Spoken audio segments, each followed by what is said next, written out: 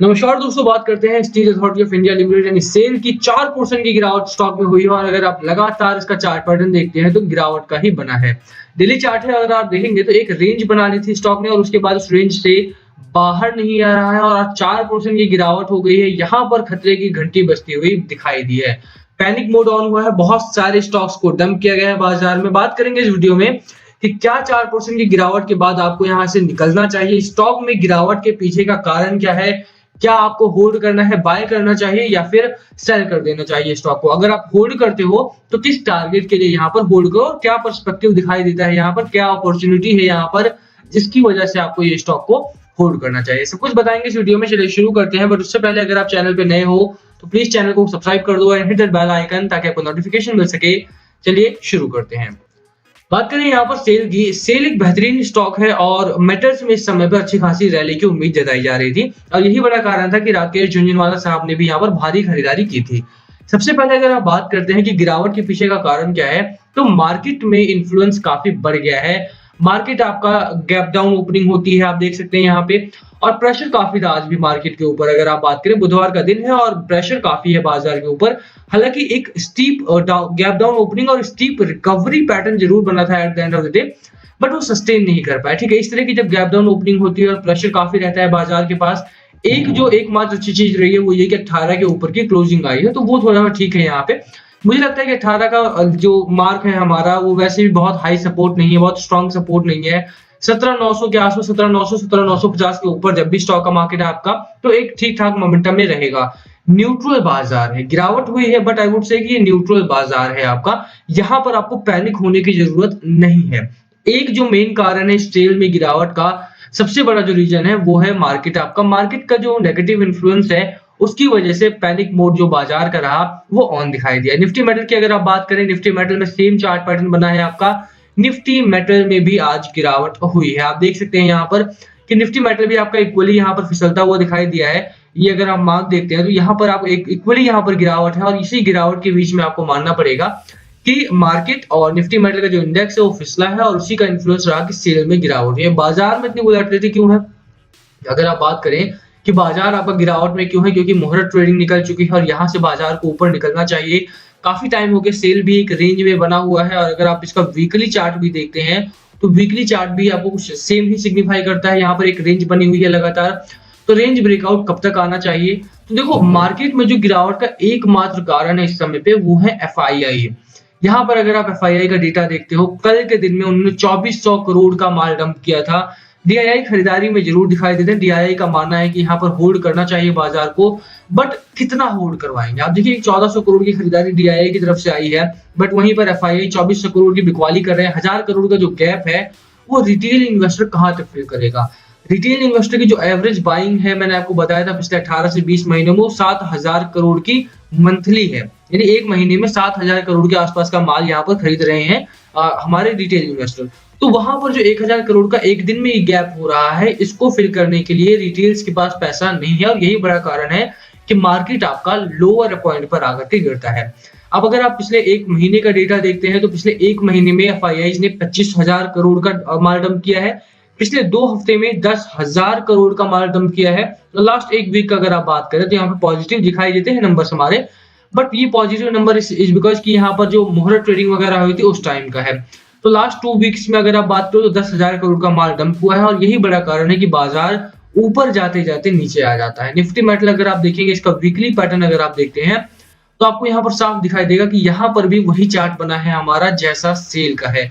Cell लगातार एक range में है और निफ्टी मेटल भी आपका लगातार एक रेंज में दिखाई देता है। यहाँ पर रेंज में है मार्केट, आपका कोई प्रॉब्लम नहीं है। गिरावट हुई है सेल में 4% की, मुझे लगता है कि आपको यहाँ पर होल्ड करना चाहिए। देखिए, गिरावट के पीछे इंटरनल प्रॉब्लम्स नहीं है, एक्सटर्नल रीजंस है और सेल में नहीं, जो बैंकिंग फोकस में इस समय पे banking sector is in focus, उसके बावजूद भी 1% करके आपको जो निफ्टी बैंक है वो लुढ़कता हुआ दिखाई दिया है पिछले 2 हफ्तों में। तो कहीं ना कहीं मुझे लगता है कि आपको यहाँ पर सेल में अगर आप है तो होल्ड कीजिए, क्योंकि होल्ड करना ही एकमात्र तरीका है मार्केट में पैसा बनाने का, उन स्टॉक्स को होल्ड करके जो फंडामेंटली और टेक्निकल पैटर्न में काफी स्ट्रांग है। 2 बड़ी खबरें हैं सेल में, उन 2 खबरों को सुनिए, उसके बाद डिसाइड करेंगे कि होल्ड करना है, क्यों होल्ड करना है। ठीक है, सबसे पहली खबर आप देखिए यहाँ पे क्या है हमारे सामने। State owned SAIL is expected to make investment under the PLI scheme for specialty steel as the steel giant is in process of examining category under the scheme. SAIL is evaluating the guidelines of the scheme and would reach a conclusion with respect to investments under it. Accordingly, company chairman Shobha Mandal said, replying to an emailed query on SAIL's investment plans under the PLI scheme, she said, SAIL is presently in process of examining various categories under the PLI scheme for feasibility and which may synergize with SAIL's current capability. तो यहाँ पर cell लगातार अपनी category को बढ़ाना चाह रहा है, अपने होराइजन को इंक्रीज कर रहा है। पीएलआई स्कीम के अंतर्गत आने वाले स्पेशलिटी केमिकल के सेक्टर को यहाँ पर बूस्ट करने के लिए सेल ने नई इन्वेस्टमेंट करने का फैसला लिया है। यहाँ पर अपने जो ऑप्शंस है उसको वेरीफाई कर रहा है, उसको चेक कर रहे हैं कि कहाँ पर कैपेबल है, कहाँ पर कितना एबिलिटी है सेल के पास और कहाँ पर इसके प्रॉफिटेबिलिटी को बढ़ाया जा सकता है। स्पेशलिटी केमिकल और स्पेशलिटी स्टील, ये दो सेक्टर ऐसे हैं इस समय पे जो कि हमारे इंडिया में बहुत ही कम कंपनी टच कर रही है, और जहां पर भी आपको स्पेशलिटी केमिकल या स्पेशलिटी स्टील से जुड़े हुए इन्वेस्टमेंट या इन्वेस्टर दिखते हैं, वो हमारा फ्यूचरिस्टिक टेक्नोलॉजी है, ये फ्यूचरिस्टिक कंपनीज है, यहाँ पर आपका पैसा बनेगा। और वही चीज सेल भी कर रहा है इस समय पे, फ्यूचर में इन्वेस्टमेंट कर रहा है। और फ्यूचर में जो कंपनीज इन्वेस्ट कर रही है उनको आप यकीन रखिए कि 5 साल 10 साल भी अगर आप होल्ड करते हैं तो उनसे अच्छा प्रॉफिट आपको कोई और कंपनी नहीं दे सकती है। यहाँ पर अब ये तो ही पहली खबर। दूसरी खबर अगर आप मानेंगे जागरण की ये खबर, आप देखिए कि महारत्न में कंपनी सेल में 2 निदेशक मंडल यहाँ पर लगाए गए हैं। इनका निदेशक मंडल यानी डायरेक्टर का जो होराइजन होता है, बोर्ड ऑफ डायरेक्टर जो है उनको बढ़ाया गया है। 2 नए स्वतंत्र निदेशक की नियुक्ति की गई है। अब दोनों अधिकारी जो है वो भारतीय जनता पार्टी के वरीय नेता हैं और एक आईएएस अधिकारी है 2011 बैच के। तो यहाँ पर मुझे लगता है कि ये खबर भी काफी अच्छी है, क्योंकि सेल में अब तक जो था तो 18 पद में मात्र आधा फीसदी अधिकारी ही थे यहाँ पे। वर्तमान समय में बोर्ड सदस्य के पद पर काबिज हैं, जिससे सेल में जो मुख्यालय को विशेष निर्णय अगर कोई लेना पड़ता था तो इस्पात मंत्रालय के ऊपर ही निर्भर रहना पड़ता था। बट अब यहाँ पर क्योंकि निदेशक मंडल का आकार बढ़ाया गया है, इससे सेल कोई डिसीजन लेना पड़ेगा तो उसको मेटल मिनिस्ट्री के पास नहीं जाना पड़ेगा। ये एक अच्छी खबर है यहाँ पे डिसीजन मेकर्स के लिए, ठीक है।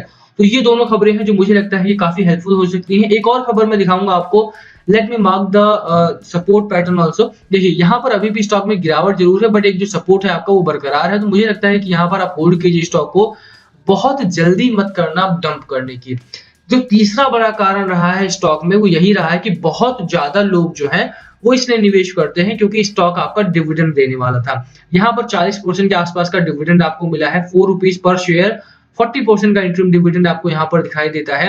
40% का डिविडेंड जो आपको यहाँ पर मिला है उसकी वजह से भी बहुत सारे लोगों ने निवेश किया था इस कंपनी में। और क्योंकि अब तक डिविडेंड उनको मिल चुका है, 10 तारीख है और कल अगर खाते में आपके शेयर थे तो कल आपके अकाउंट में आपको पैसा आ गया होगा। नहीं आया है तो बैंक में पता कीजिए, 2 to 3 डेज में पैसा यूजुअली आ जाता है। बट फिर भी बहुत सारे लोगों ने डिविडेंड के चक्कर में इन्वेस्टमेंट करते हैं और उसके बाद डंप करना स्टार्ट करते हैं, वही प्रॉब्लम यहाँ पर भी देखने को मिली है। तीसरी बड़ी खबर की अगर आप बात करें तो तीसरी बड़ी खबर है हमारे सामने ये, सेंट्रम ब्रोकिंग ने 241 का यहाँ पर टारगेट दिया था, सेल को खरीदारी करने की राय थी और 3 नवंबर की ही ये रिपोर्ट भी थी। तो कहीं ना कहीं मुझे लगता है कि अगर स्टॉक में गिरावट हुई है तो अभी भी पॉजिटिविटी है। मार्केट में गिरावट है एफआईआई की वजह से, और एफआईआई अगर बिकवाली करेंगे मार्केट वॉलेटाइल रहेगा। ऐसे में सेल हो या बैंकिंग सेक्टर हो या कोई बहुत ही स्ट्रॉन्ग कंपनी हो, वहां पर गिरावट के चांसेस आपको दिखाई देंगे।